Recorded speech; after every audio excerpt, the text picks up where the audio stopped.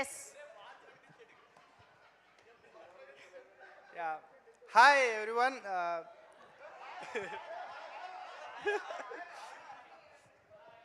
Committee కుర్రోళ్ళ గురించి మాట్లాడాలంటే ముందు వంశన్న మమ్మల్ని పింక్ ఎలిఫెంట్కి తీసుకెళ్ళాడు, దాని గురించి మాట్లాడాలి.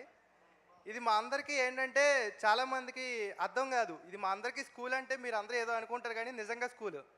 2 years అయింది సార్. కమిటీ కుర్రోళ్ళు అయిన తర్వాత నేను డైరెక్టర్ అవుదాం సార్ అని నేను రమేష్ సార్కి చెప్పంగానే సారు నాకు స్క్రిప్ట్ వైజ్ హెల్ప్ చేశారు. డైరెక్టర్ అవ్వాలంటే అలా అవ్వడం కాదురా, నెక్స్ట్ మన దాంట్లోనే డైరెక్షన్ టీంలో జాయిన్ అవ్వని అది ట్రైనింగ్ ఇచ్చారు.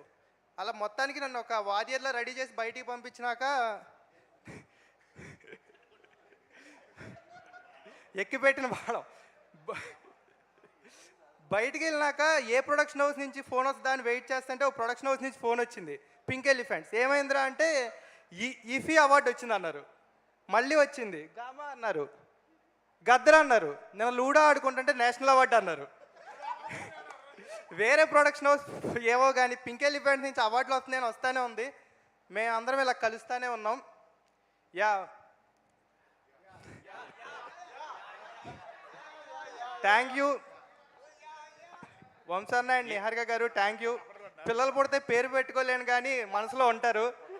ఫడన్న మీరు కూడా. బ్రదర్ ఎందుకు మీరు ఏ క్యారెక్టర్ చేశారు? చిన్నోడు. చిన్నోడా? ఇండస్ట్రీ మొత్తానికి నేను చిన్నోడుగానే తెలుసు.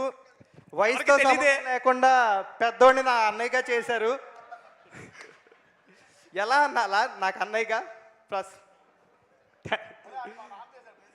Anyway thank you everyone. బేసిక్గా సినిమాలో నా కో ఆర్టిస్టులు చిన్నోడు రాంబాబు, వీళ్ళిద్దరు నా కో ఆర్టిస్టులు అనమాట. బయటికి వెళ్తే నేను కమిటీ కుర్రోళ్ళ నుంచి వచ్చానని చెప్తాను, అదే నా విజిటింగ్ కార్డు. ఇప్పుడు నుంచి నేను నేషనల్ అవార్డు కొట్టిన కమిటీ కుర్రోళ్ళ నుంచి వచ్చానని చెప్పుకుంటా. Thank you everyone. అర్రే రే రే రే, ఎంత టీజింగ్ జరుగుతున్నా ఎంత కమిటెడ్గా మాట్లాడారు మీరు. యా. మరి చిన్నోడు మాట్లాడాక పెద్దోడు మాట్లాడాలి కదా, రండి. ప్రసాద్ అంగుళ